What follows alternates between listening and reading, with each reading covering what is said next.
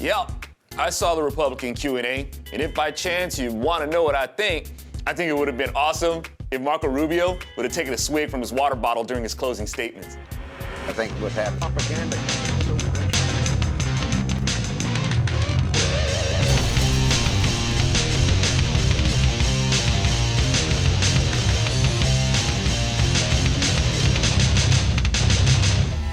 All right, I'm not going to spend too much time talking about who I didn't really care for in the Q&A. It's just going to get their supporters all defensive and mad. A lot of y'all are already going to be mad about who I did think did the best. But I got to say that certain things did particularly rub me the wrong way. Like when Kasich was asked about God, and his answer was pretty much him talking about himself. He talks about it being the Christian thing to do to respect others for their beliefs. Let me tell Kasich how respect works. You don't show respect to other people by allowing them to disrespect your beliefs and force you to forfeit your beliefs. Kasich doesn't understand the balance of freedom or the circle of respect. I didn't care for Ben Carson being in favor of the flat tax. It's still the government depriving people of their property. And I don't like any language that puts God and government on the same level. If it's good enough for God, it's good enough for government. God receives an offering. The government takes our income by force. And allowing the government a 10% truce tax is just pacifying tyranny. It's allowing the prison inmate to screw you as long as he promises not to beat you in the face. And aren't they always men of their word? Please learn this, Ben. The government is not supposed to tax our income. It's a violation of our right to property.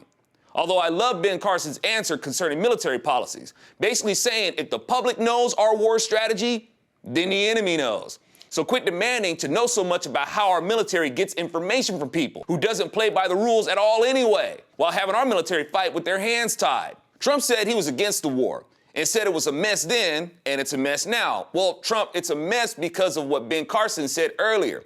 Political correctness is the messy culprit here. If you let our military do what it does, instead of people accusing them of being baby killers, when our military are the ones helping to kill actual women and children killers, then you'd have a war that would end sooner. But before I go on to make people really mad about what I didn't like in the Q&A, I'll tell you who I personally think had the overall best performance in the Q&A in terms of answers I could clearly understand and put very well in his delivery and his demeanor.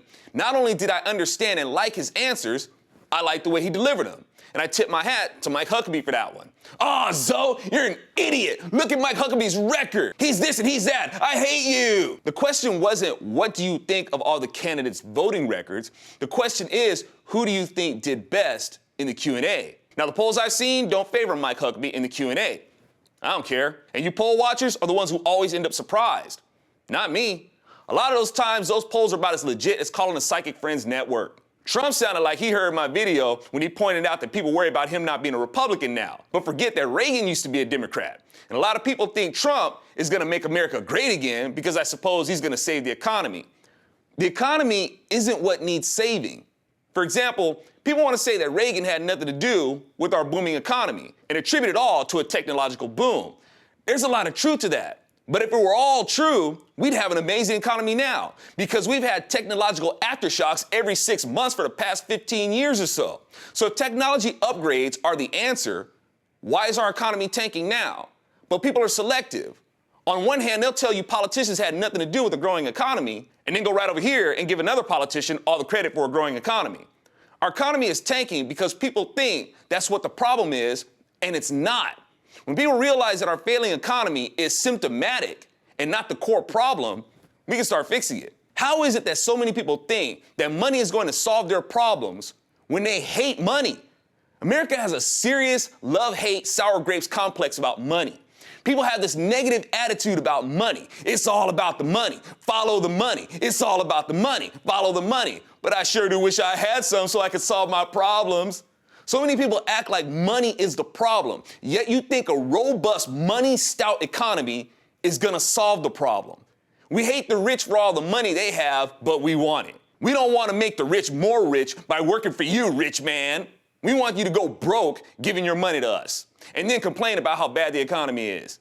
We live in a present culture where too many people feel entitled to the American dream as if it's something that's supposed to be issued to them or it's owed to them, when they miss the part that your happiness and your success is supposed to be pursued, not issued. The people who want to get out of poverty hate the people who can give them the jobs to get out. They're conditioned to believe that all they're doing is making some guy rich. You can grow the economy, that's great, but when the economy grows, you will also have a growth of people who are going to want a piece of those who are growing the economy. That's the problem. They're going to see all this wealth and resent that they're not getting their piece of it. And you're going to get power-hungry politicians who's going to pander to them and create policy to hurt the economy growers so the 99%ers can feel like the wealthy are getting punished for being wealthy, and we're back to where we started. This is part of why a good economy isn't perpetual. It's very simple. Hey, I see you're making a lot of money. It's not fair that you're making so much and I'm not. You must be making money by being unethical. You should be paying a higher wage based on how many kids I have instead of my lack of skills. You can afford to be taxed and regulated more. The economy is doing good now. What's so sad is that these people accuse conservatives of being all about the money, and then turn around and accuse us of being against women, homosexuals, and being bigoted fuddy-duddies because we don't think the pot should be legal. If we were all about the money and so eager to jump into bed with anybody who will make us money, we'd be like, heck yeah, make that cake for same-sex marriage. Cha-ching, mo money. Take them photos of same-sex couples. Cha-ching, mo money. Oh snap, photobomb. Dang it. You know what? I don't think we're making enough money. We gotta legalize polygamy too. Do you realize how much money we can make off snapping pictures of that? Just one customer is a gift that keeps on giving. Who knows how many times he's gonna get married? We won't just get wedding pictures once for this guy. He may be back there 4 times this year. But that's not enough money. We gotta make more money. We gotta legalize incestuous marriage too. Oh, and let's legalize interspecies marriage while we're at it. Oh man, look at all the money. You know what would be more awesome? More money. Let's legalize drugs, all of them. Surely we can have as many dope shops as Starbucks. Let's open our borders to everybody. Those are potential customers. We want their money. Let's have them bring in their drugs and sex trafficking. There's money to be made there. Yeah, make sex slavery legal. I'm sure there's a few pennies to be made there too. You Democrats know all about big money with slavery, right? Abortion is a hot seller, and I hear those body parts are really gonna take off. We should explore stock option futures in babies who have no future. Let's pander to the minorities and stir up the race baiting with them. Let's keep that victim narrative going and bleed that sucker to the bone because it's all about the money, right? Talk about being intellectually dishonest. This is why I don't support the idea of being socially liberal and fiscally conservative. It collapses in the real world. You can experience growth microcosmically, but it will crumble macrocosmically, and it doesn't sustain because when the economy starts growing, you're also going to have the growth of the covetous who will also believe they're entitled to it. They're taught that they're entitled to it. The collectivist mindset is socially engineered. These are a few examples of all the things we so-called money-loving conservatives would be in full support of if all we cared about was the money. If we cared about money so much, we wouldn't say no so much. The preborn kid matters more than the money. If we were about the money, we'd support abortion. Not legalizing dependency on substances matters more than the money. Not legalizing people intruding on other people's right to free religious exercise matters more than the money. Not legalizing the religion of our enemies to become a theocracy in our republic means more than the money. And you ought to be thankful that our Constitution is Judeo-Christian based. It is what protects you from theocratic government. And it's why the government can't take your God-given rights without due process. Not legalizing people crossing our borders illegally means more than the money. So accusing conservatives of being all about the money is contradictory. But you know who typically does say yes to these things? Because they are about the money?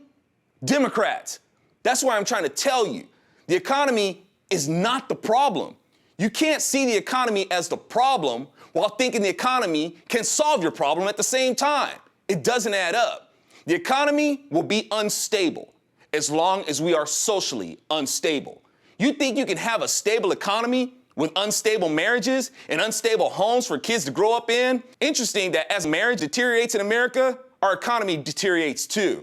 Well, people get divorced because they can't make ends meet, Zo. People get divorced when they constantly have to fight over not being able to pay their bills, Zo. Really? Donald Trump has been divorced a few times. I don't think not having any money was his problem. And he's not some cherry-picked example either. Go into the grocery store. You got rich celebrities breaking up as fast as the new software upgrades come out.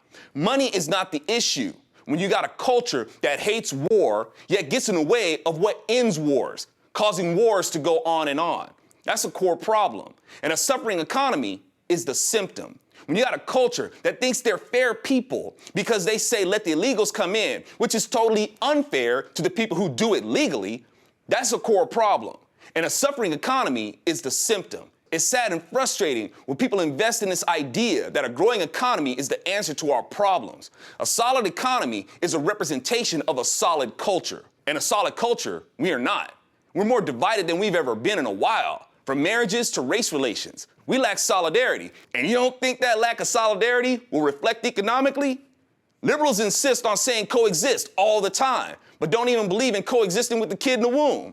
Talk about a lack of solidarity. You don't think that reflects economically? So if America really wants a great economy with some longevity so bad, you might want to start working on those things instead of depending on some politician to do it for you. My Fonzo Rachel with ZoNation, and don't think I'm all in for Mike Huckabee. He never even invited me to come and jam with him on his show. I keep my visits on Fox very reserved. I see some people, although they mean well, get mad at Fox because I'm hardly ever on. That's not Fox's fault. I actually don't make myself available very much for it. Don't get me wrong, I appreciate when they invite me on, but the show I would have been pretty happy to do would have been Mike Huckabee's show, because, well, I'd be playing more drums than talking. Psychic Friends Network.